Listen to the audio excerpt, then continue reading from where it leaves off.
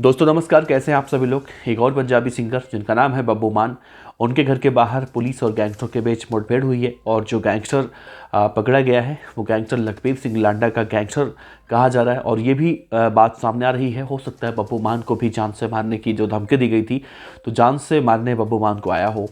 तो पुलिस और गैंगस्टर दोनों के बीच में ताबड़तोड़ गोलियां चलाई गई हैं और इस गोलीकांड में एक कुख्यात गैंगस्टर जो लखबीर सिंह लांडा गैंग का है, पहले पुलिस ने गोली मारी और बाद में पुलिस ने उस गैंगस्टर को गिरफ्तार किया है जिसका नाम राजन भट्टी बताया जा रहा है।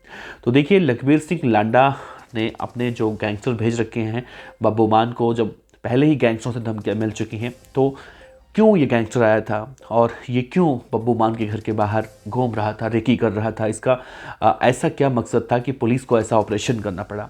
तो एक एक बातें आपको विस्तार से बताएंगे, इस वीडियो के अंत तक बने रहिएगा। दोस्तों नमस्कार, मेरा नाम है देवनाथ पांडे।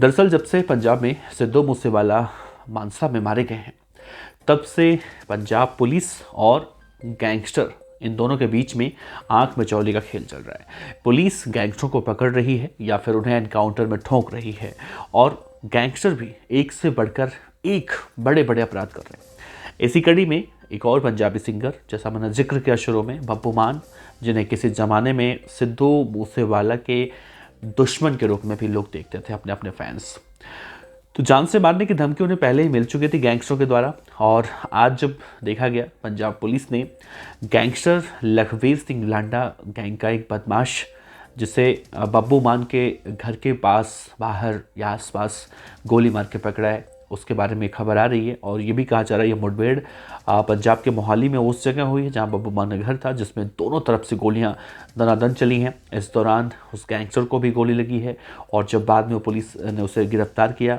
जिसका नाम पता सब पूछा गया तो राजन भट्टी उसका नाम सामने आया। पुलिस ने इससे पिस्टल इसके पास से और हेरोइन भी बरामद की है। और राजन भट्टी को ये भी जानकारी निकल कर सामने आ रही है कि 10 साल पहले इसे दिल्ली पुलिस की स्पेशल सेल ने भी पकड़ा था और इस वक्त यानी मौजूदा वक्त में ये जमानत पर बाहर था। और पंजाब में इसके खिलाफ अलग अलग जगहों पर आर्म्स एक्ट हो, हत्या की कोशिश हो, रंगदारी मांगने के जैसे कई मामले दर्ज हैं। इनके साथ साथ ये नशा तस्करी में भी शामिल रहा है। पंजाब की पुलिस इसे काफ़ी लंबे वक्त से तलाश कर रही थी और ये जब पंजाब पुलिस को एक BMW कार में इसके घूमने की सूचना मिली, उसके बाद पुलिस इस गैंगस्टर के पीछे लगती है।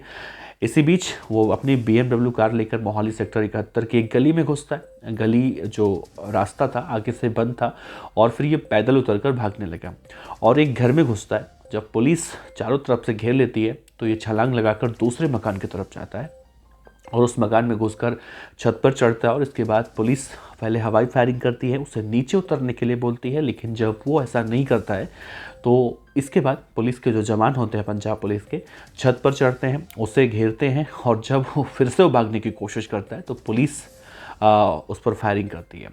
गोली फिलहाल उसके पैरों में लगी है, इससे वो वहीं पर गिरा और पुलिस ने उसे वहीं पर दबोचा। अब पुलिस ने उसकी गाड़ी को भी अपने कब्जे में लिया है, पिस्टल, हेरोइन सब कुछ अपने कब्जे में लिया है। इस गैंगस्टर को अस्पताल में दाखिल करवाया।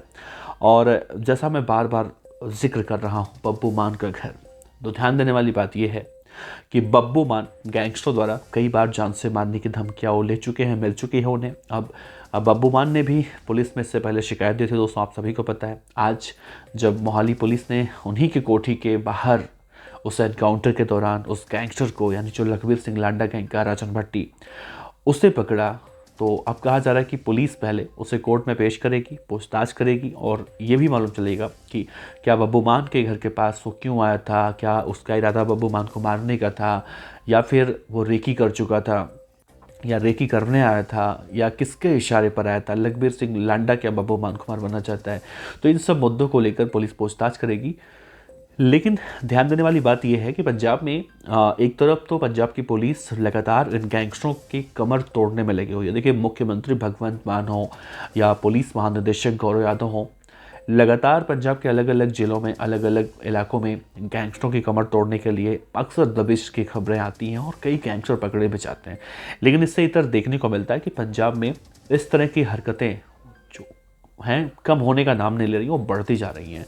तो फिलहाल राजन भट्टी का मुख्य मेन मकसद क्या था, ये खैर पुलिस की पूछताछ के बाद निकल कर सामने आएगा।